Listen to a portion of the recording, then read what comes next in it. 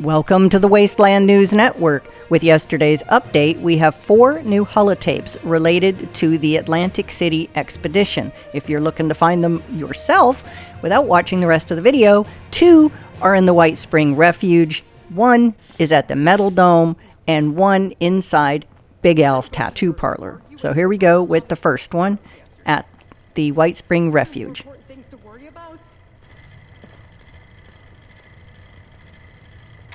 Takes a lot of chems to get thrown out of the Neapolitan, but we were riding the line. My confidant and I made the trip to cover the Showman's Games, a world-renowned exercise in high-stakes barbarism. Few in the entertainment world could match.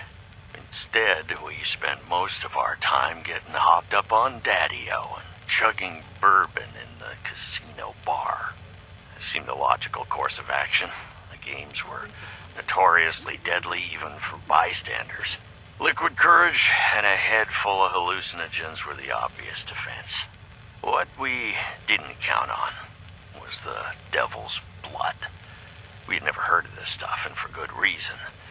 It's an AC specialty. We weren't supposed to have it. It wasn't meant for us, but for the real high rollers. The people who, even in a world ravaged by pestilence and war, still managed to come out on top. But we found a way. The exclusivity made it all the sweeter. Not because we aspired to that lifestyle. Quite the opposite. We wanted to soil the royal concoction inside our mangy, flea-ridden hides. So the AC refers obviously to Atlantic City, and Devil's Blood, that is related obviously to the Jersey Devil. So we have Devil's Blood, Jersey Devil, Atlantic City. Here's the second holotape next to the pool cue. There we go. One hit is all it took to realize we'd made a terrible mistake. Even for degenerates as celebrated as ourselves, this was too much. The trip wasn't bad, it was glorious, horrifyingly so. We knew instantly that this was what money could buy. And we knew we'd never have it again. We witnessed firsthand the life that was being kept from us, and as much as we wanted to reach out and take it, we couldn't do anything more than slump in our chairs and watch as it drifted away. The consequences would be more than spiritual. Every inch of our bodies yearned for more after that first hit. Haddock wouldn't be enough to cure this hunger. No, maybe nothing will. So it seems that this new drug, the Devil's Blood, is extremely addictive and very rare for an elite group of individuals living in Atlantic City.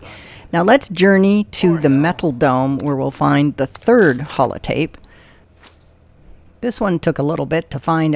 I figured it would be near where the Brotherhood of Steel guy usually starts the event. And of course it was. It was just hidden back here. It took a while for some of these to spawn in. Here we go. The decadent Metal Dome. It's a long hike to the Metal Dome.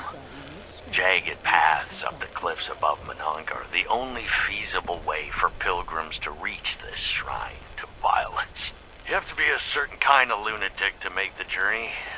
One wrong move and you're dashed upon the rocks below, fodder for rabid wolves and mutant lizards. Not to mention that your future hosts, the engineers of death that call themselves the Rust Eagles, are less than welcoming to outsiders. Luckily, I'm anything but sane. I climbed the mountain to witness with my own 2 eyes the bloody spectacle these brutal raiders were only too eager to display. I knew what I was walking into, or thought I knew, but still, I was unprepared for what I was about to witness and for the feelings it stirred inside me.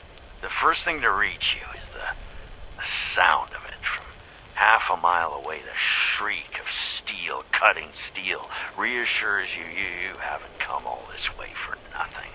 But what really sticks with you is the stench. The rot of decaying corpses, the smell of searing flesh, and the stink of oil that pervades every inch of the place. Fumes that drive the Rusties into an ecstatic frenzy whenever one of their bots extinguishes a human life. You settle in to witness the action in the arena, and the worst part is you can't look away. You get so sucked in you forget about the last shred of humanity you used to have. You tell yourself you want the gladiators to win as the carnage unfolds below. It's the only way to justify your sheer captivation. Yet you acknowledge that it grips you like you've never thought possible. No matter what else you've seen in this God-forsaken world, there's simply nothing like the thrill of it. That was a really nice description of the Metal Dome. I think he's trying to compare it also to the arena that they have at Atlantic City and how that kind of compares to this. And let's head to the very last location. It is not... I'm using a character that hasn't found the holotapes, so they have to go there and discover Big Al's Tattoo Parlor. So give me a second, and we'll get right over there.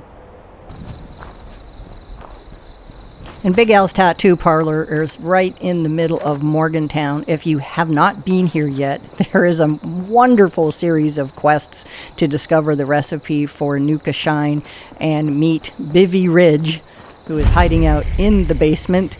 So this is Big Al's Tattoo Parlor and the speakeasy called Nuka Shine. So you just have to come in through the front door. Now it's showing right there.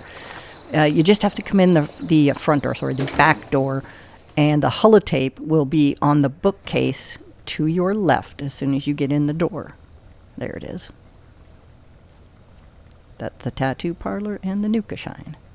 Secret door. Shh. I've taken every drug in the wasteland. Daddy-O, Mentats, Day Tripper, they each have their ups and downs, but Nuka Shine took me on a ride. I didn't expect it. Not from a swig of Appalachian hooch. I grew up on that stuff. Kentucky will do that to you. It was almost like a betrayal. The first sip had the same familiar burn. Then it kicked you in the head like a 2-ton Brahmin, and it was all downhill from there. Colors that I didn't know existed flashed before my eyes. The trees around me morphed ravenous ghouls. Beset on all sides, I reached for my gun and pulled a Tato from the holster. "Useless thing," I shouted. By then, the ghouls had me. There was little I could do. I took off my shoe and beat him with it, to no avail. I decided to succumb, just devour me. I thought, well, what's the use of struggling at this point? Maybe some lucky cannibal will happen upon my scraps and get a free meal. At least that would give my death some meaning. I let my mind wander as my body ceased to be. A cool breeze on the Florida coast. The splashing of the Mississippi. The green hills of Appalachia.